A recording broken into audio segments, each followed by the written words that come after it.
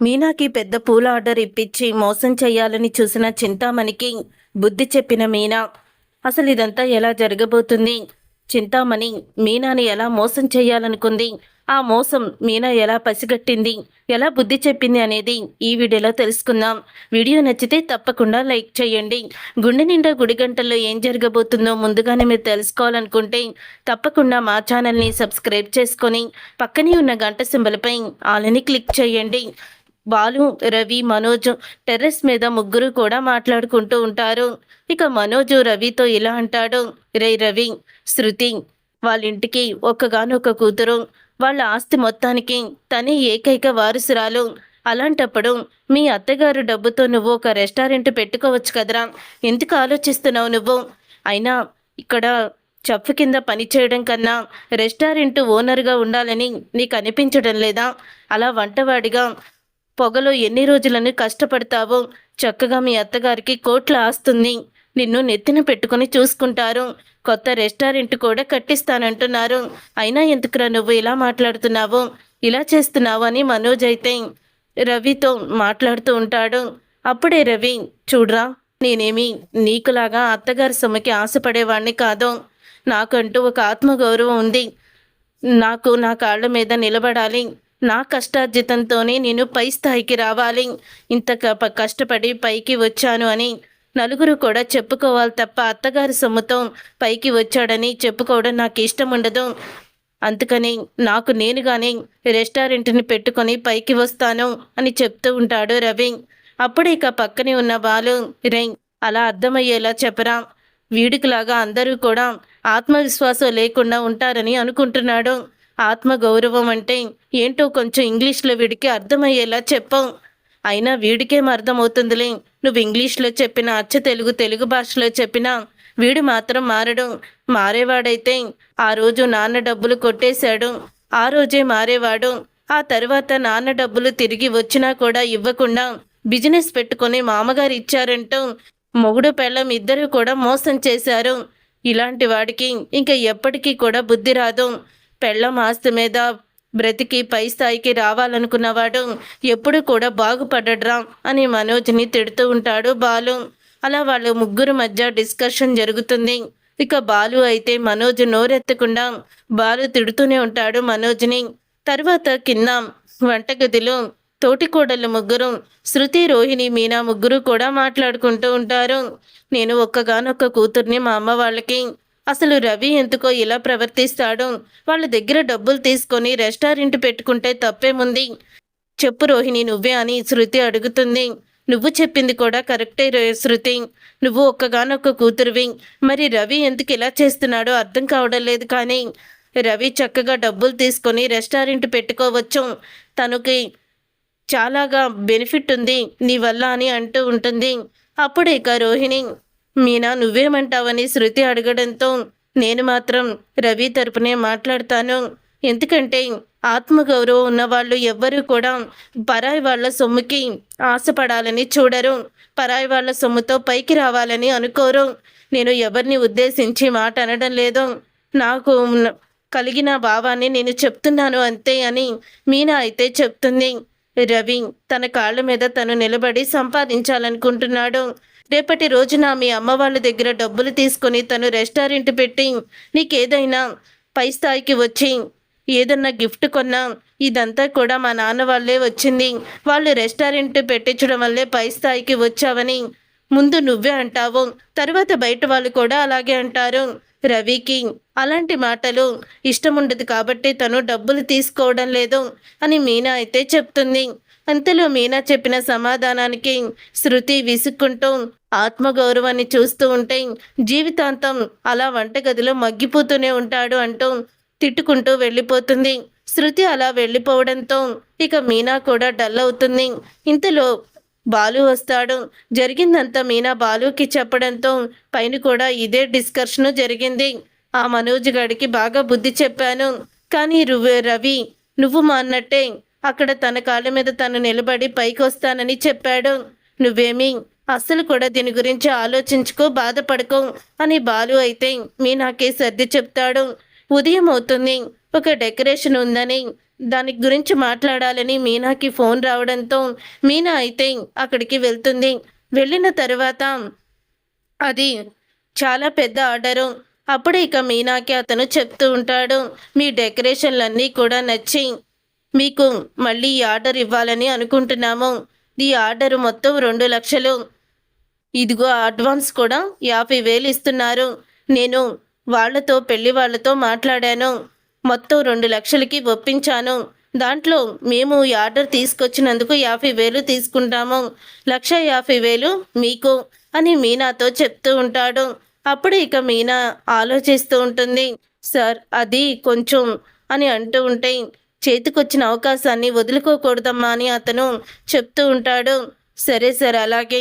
ఇప్పుడు 50,000 అడ్వాన్స్ ఇచ్చారు. పనైన తర్వాత మొత్తం అడ్వాన్స్ అంతా కూడా ఇస్తానన్నారు. మొత్తం ఇచ్చేస్తారు అంటూ చెప్తాడు. ఆ మేనేజర్ అలా చెప్పడంతో 50,000 అంటే ఇంకేమన్నా ఇస్తారేమో చూడండి సార్ అని అడుగుతూ ఉంటుంది మీనా. లేదమ్మా, ఇదే 50,000 ఇచ్చారు. పనైన తర్వాతే మొత్తం అమౌంట్ ఇస్తారు. సరే ఒకసారి నువ్వు లోపలికి రమ్మా, వివరంగా చెప్తాను అని లోపలికి తీసుకువెళ్తాడు.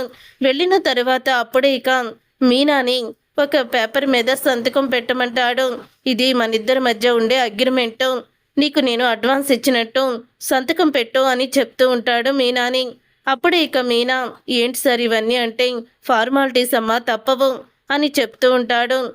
అప్పుడు ఇక మీనా చేతిలో 25,000 పెడతాడు. ఈ 25,000 తీసుకో. నువ్వు ఇచ్చే నాకు 50,000లో ఈ 25,000 కట్ చేసుకొని ఇక సగం 25,000 నాకివ్వు, సరిపోతుంది అని చెప్తూ ఉంటాడు. అప్పుడు ఇక మీనా ఏం మాట్లాడకుండా అడ్వాన్స్ తీసుకొని ఇంకా పేపర్ మీద ఉన్నది చదువుతుంది. ఇదేంటి సార్, దీంట్లో 50,000 అడ్వాన్స్ తీసుకున్నట్టు రాశారు అని అనగానే, చెప్పాను కదమ్మా, ఈ 50,000 ఏమో నాకు ఇవ్వాల్సిన వాటిల్లో ఈ 25,000 కట్ చేసుకో, ఈ 25,000 తీసుకో అని అంటూ ఉంటాడు. అది కాదు సార్, ఇంకో 50,000 అన్నా అడగండి అని మీనా అనడంతో, లేదమ్మా ఇదే ఇచ్చారు, పని పూర్తయ్యాక వాళ్ళు ఇస్తారు, మరి నీకు ఇష్టమైతే చెయ్యి అని అంటూ ఉంటాడు. ఇష్టమే సార్ అని తనైతే సంతకం పెట్టేసి ఆ 25,000 అడ్వాన్స్ తీసుకుంటుంది. మీనా అలా సంతకం పెట్టేసి వెళ్ళిపోయిన తర్వాత చింతామణి మేనేజర్ దగ్గరికి వస్తుంది. మేనేజర్ దగ్గరికి వచ్చి మనం అనుకున్నట్టే మొత్తం కూడా ప్లాన్ సక్సెస్ అయిందా అని చింతామణి అడగడంతో, అయ్యింది మేడం, అయినా మీకు ఇవ్వాల్సిన ఆర్డర్ని ఆవిడకి ఎందుకు ఇవ్వమన్నారు? 25,000 అడ్వాన్స్ ఇచ్చి 50,000 ఎందుకు రాసుకోమన్నారు? ఆర్డర్ ఏదో మీరే చేసుకోవచ్చు కదా, మీ ఆర్డర్లు మీకే ఉంటాయి కదా, ఈ మధ్య మీ ఇద్దరికి గట్టి పోటీయే పడుతుంది అని మేనేజర్ అనడంతో, అప్పుడు ఇక చింతామణి, ఇప్పుడు నాకు రావాల్సిన ఆర్డర్ని తనకెందుకు ఇప్పించానో తెలుసా? ఇదే తనకి ఆఖరి ఆర్డర్ అవ్వబోతుంది, అందుకే ఇప్పించాను. మనం ఇప్పుడు చెట్టుకున్న పూలు మొగ్గలతో కొయ్యలేము, అవి విరబూసాకే కోస్తాము. కాబట్టి ఆ పువ్వులు మనం మొత్తం కూడా కోసేస్తే చెట్టు మూడుగా ఉండిపోయినట్టు. ఇప్పుడు మీనాని దెబ్బ కొట్టి జీవితాంతం తను ఏ ఆర్డర్ తీసుకోకుండా చెయ్యబోతున్నాను, మీనాని అతహాపాతాలలోకి తొక్కేబోతున్నాను అని చింతామణి అయితే అంటుంది. అలా తీసుకొని ఇంటికి వచ్చాక బాలుకి ఈ విషయం చెప్పి ఎంతో ఆనందపడుతూ పెద్ద ఆర్డర్ వచ్చిందని సంతోషంగా చెప్తుంది. ఇక బాలు ఆ మాట విని, నాకు తెలుసు మీనా, నువ్వు సాధిస్తావని అని ఎత్తుకొని గిరగిర తిప్పుతాడు. అలా మీనా బాలు ఆనందంగా ఉన్నప్పుడే అక్కడికి వస్తాడు మనోజ్. అది చూసి మనోజ్ కుళ్ళుకుంటూ ఉంటాడు. ఇంతలో ఇక సత్యం వాళ్ళు వస్తారు. నాకు పెద్ద ఆర్డర్ వచ్చింది మావయ్య అని అంటూ ఉంటే, అప్పుడు ఇక మీనా గురించి తప్పుగా మాట్లాడతాడు మనోజ్. మనోజ్ అలా మాట్లాడేసరికి బాలు అంటాడు, తను కష్టపడి ₹1 కూడా ఎవరి దగ్గర నుంచి తీసుకోకుండా ఆశించకుండా తన తెలివితేటలతో ఇంత స్థాయికి వచ్చింది.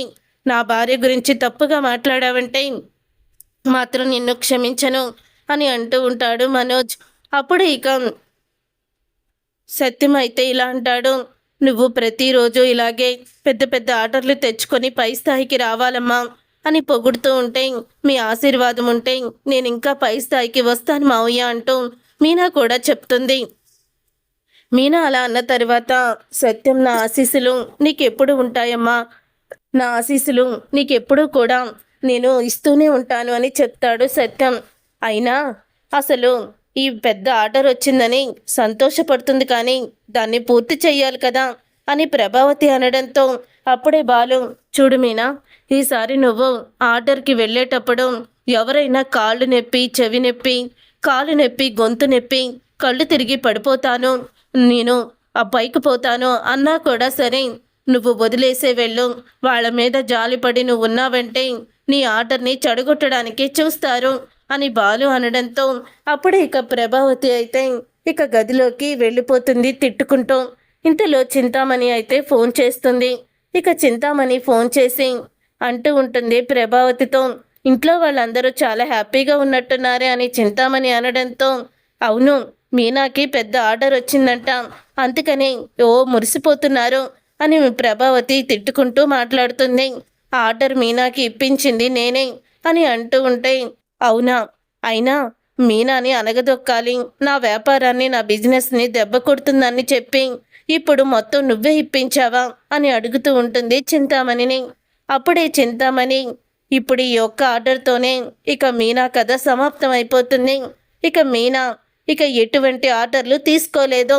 తను ఇక ఈ ఆర్డర్ తప్ప ఇంకే ఆర్డర్ కూడా తనకి రాదు, అలా ప్లాన్ చేశాను అని చింతామణి అనడంతో, నీ మాటలు వింటూ ఉంటే ఏదో నువ్వు గట్టిగానే ప్లాన్ చేశావని అర్థమైపోతుంది అని అంటూ ఉంటుంది ప్రభావతి.